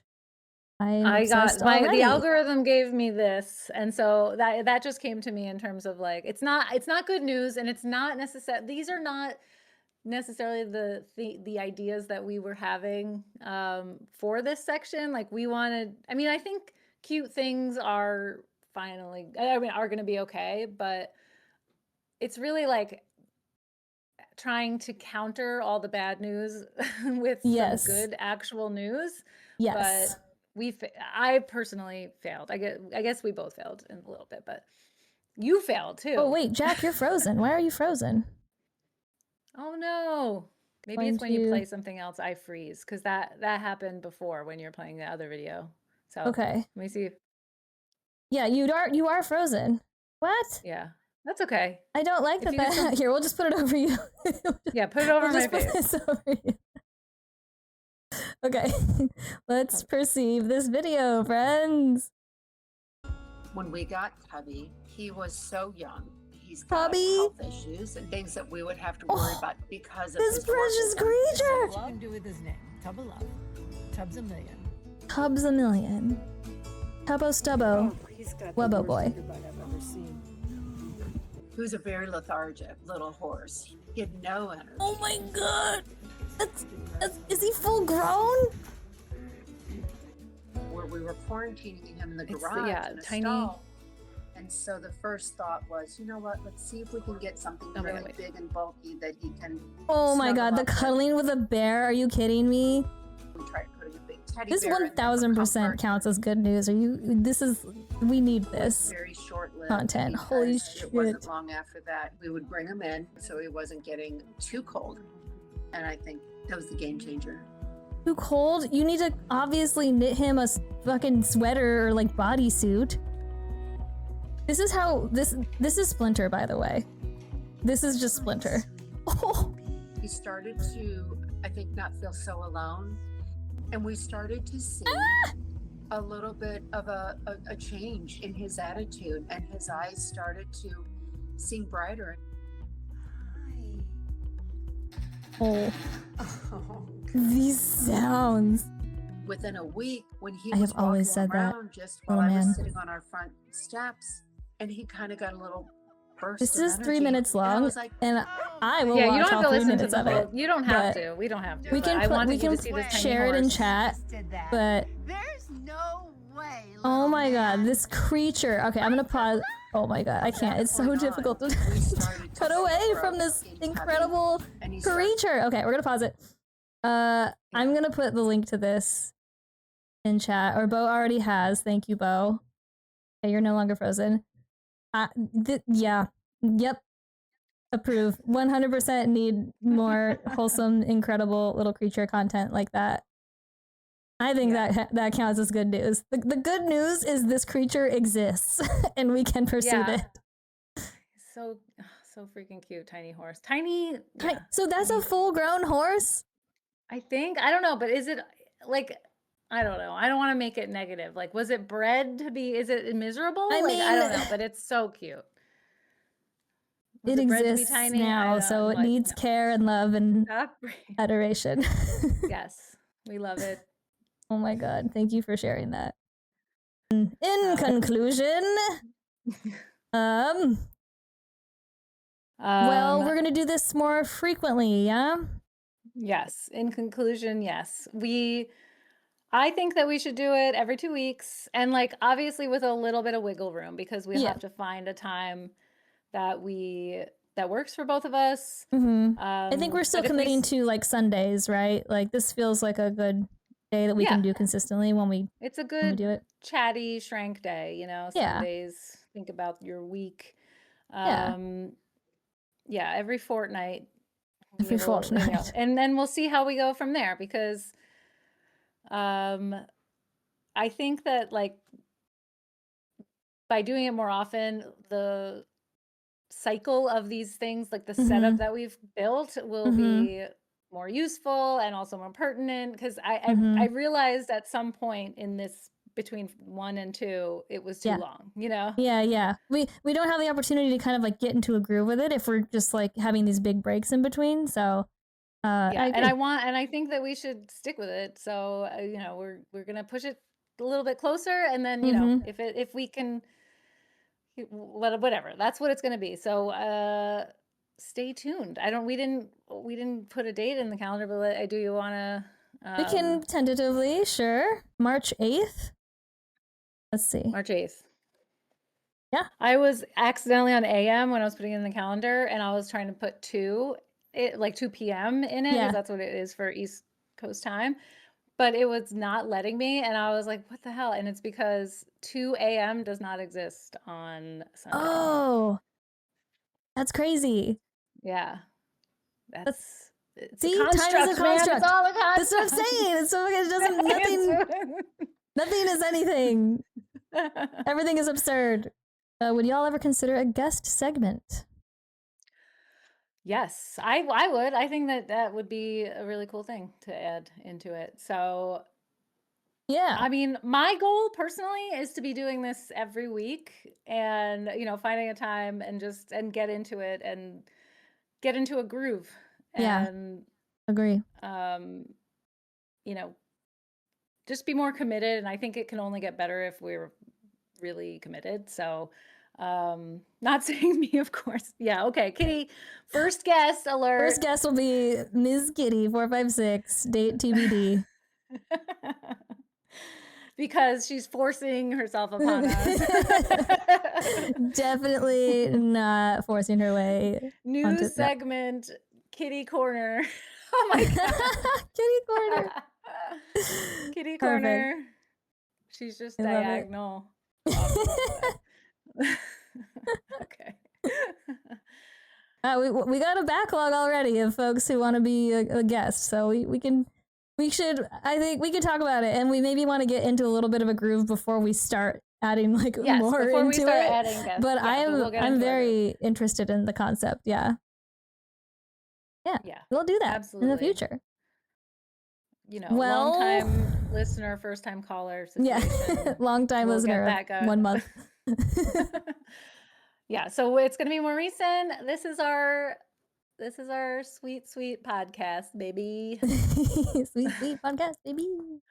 Thank you for being here. Anyone spending any of their time with us is like a gift. We appreciate you so much. To spend your time with us doing this. And I know it's like a totally different format where we're not constantly interacting with you, and that is very hard for both of us, but it's just not the point of this particular situation. But we see everything that you write, and we love you, as you know. We love you. We love you so much. And thank you. Echololzia. Echololzia. We're gonna play us out with our theme, which theme song. It gets stuck in my head for hours, if not days, every time. Bo as well. So I think, as silly and goofy as it is, we've created something catchy, if nothing else. Yes, we did it with each other. We did it live. We did it with each other. Woo. Yeah, we did it with each other in person, real life. It's an amazing thing. It's fun. But... All right, friends. We'll see you tentatively on the 8th. Keep you posted in the Discords, the pizzas. Yes. And we'll see you next time. Echololzia, Echololzia, come on an adventure. It could be something, it could be nothing. We're gonna work it out together. Echololzia, Echololzia, two friends are really stressed out. Looking for good things, talking about weird things, uncovering what stuff is about.